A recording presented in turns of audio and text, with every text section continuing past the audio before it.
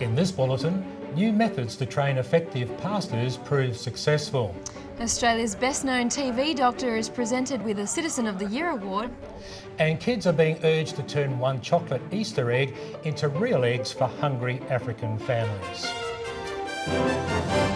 This is InFocus News. Hello, I'm David Gibbons. And I'm Lyndall Rogers. Thanks for joining us. Seventh-day Adventists in Australia are using a new method to train their intern ministers, and it's having astounding results. A new supervision program was started 4 years ago, and interns are now 4 times more successful in winning converts than in previous years. Before the new program began in 2005, each intern had an average of 2.4 baptisms in 2 years. But last year, interns averaged an incredible 9.5 baptisms during their internship, and the figures should rise again in 2009. We are really committed to the future of ministry in Australia. We are eager to see our church grow, and we're wanting to do everything that we possibly can to equip our young pastors, those who are young in ministry, in soul-winning activities. The new method of supervising interns means more time training the pastors who supervise them, and it also gives interns more responsibility.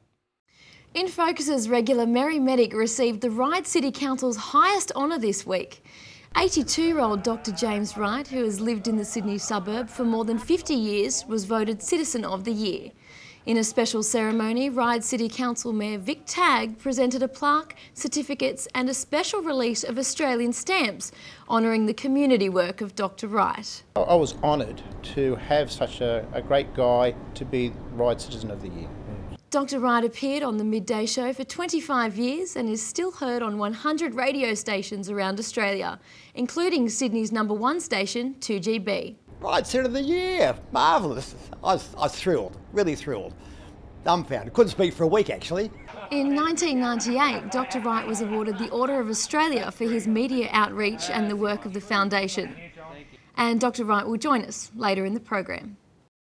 Kids in the UK are being urged to turn one chocolate Easter egg into 150 real eggs for hungry families in Africa. This Easter, Christian charity World Emergency Relief has launched the Be a Good Egg campaign. Be a Good Egg promises that for the cost of a typical Easter egg, a laying hen will be provided to a struggling family in Africa. If just 1 in 5,000 people in the UK donated the cost of an Easter egg, more than 12,000 laying hens will be provided to poor families. 12,000 laying hens could lay more than 1.8 million eggs in a year.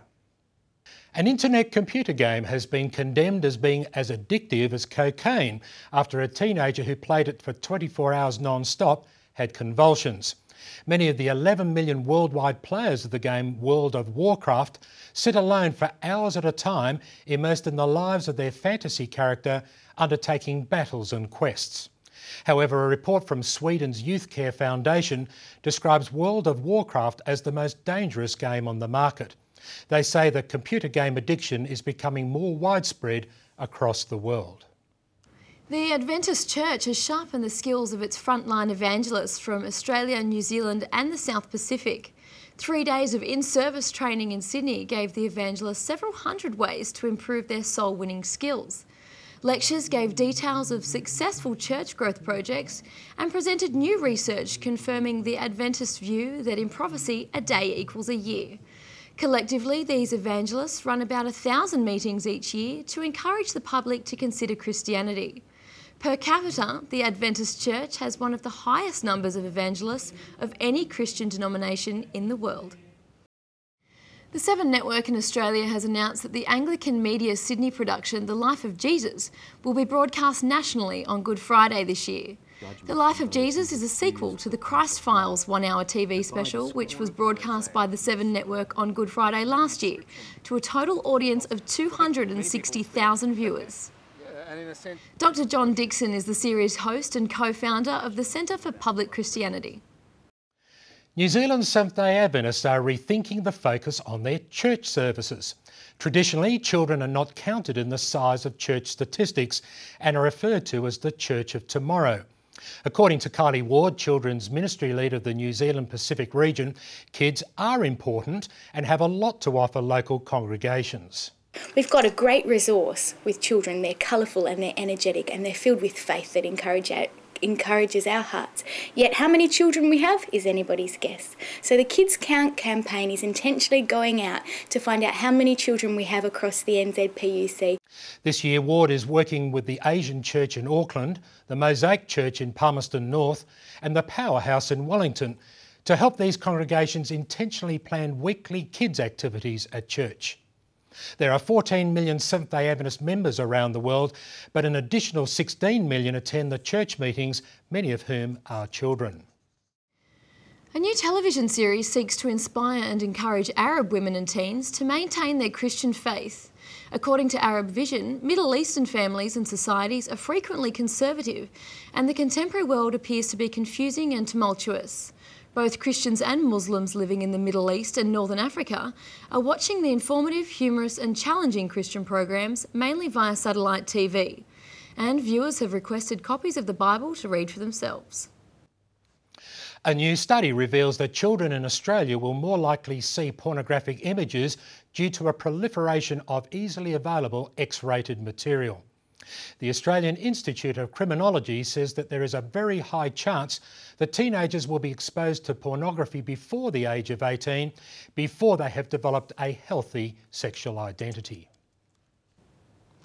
The Lower Tumen Seventh-day Adventist Church in Mount Hagen, Papua New Guinea has been destroyed. Floodwaters that have ravaged the Western Highlands province of Papua New Guinea have left hundreds homeless. 3 months of continuous rains have caused a river to change its course, and it now flows through the Lower Tumen Adventist Church building. Floodwaters have also destroyed the church pastor's garden, which supports his family of 9. Church members have tried to divert the floodwaters away from the church, but failed due to the strong currents. The 10 largest churches in the world are made up of small cell groups, according to an active elder from Melbourne's Gateway Church. 10 years ago, IT professional Johnny Wong worked with church youth to plant the first Adventist church in inner city Melbourne. It was based on a collection of cell groups rather than a conventional church structure. Recently, Melbourne Gateway planted 2 more churches and is constantly creating new cell groups.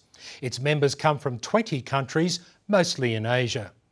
200 former Gateway members have planted new churches in the centre of major cities in the United States, China, Indonesia, Hong Kong and New Zealand.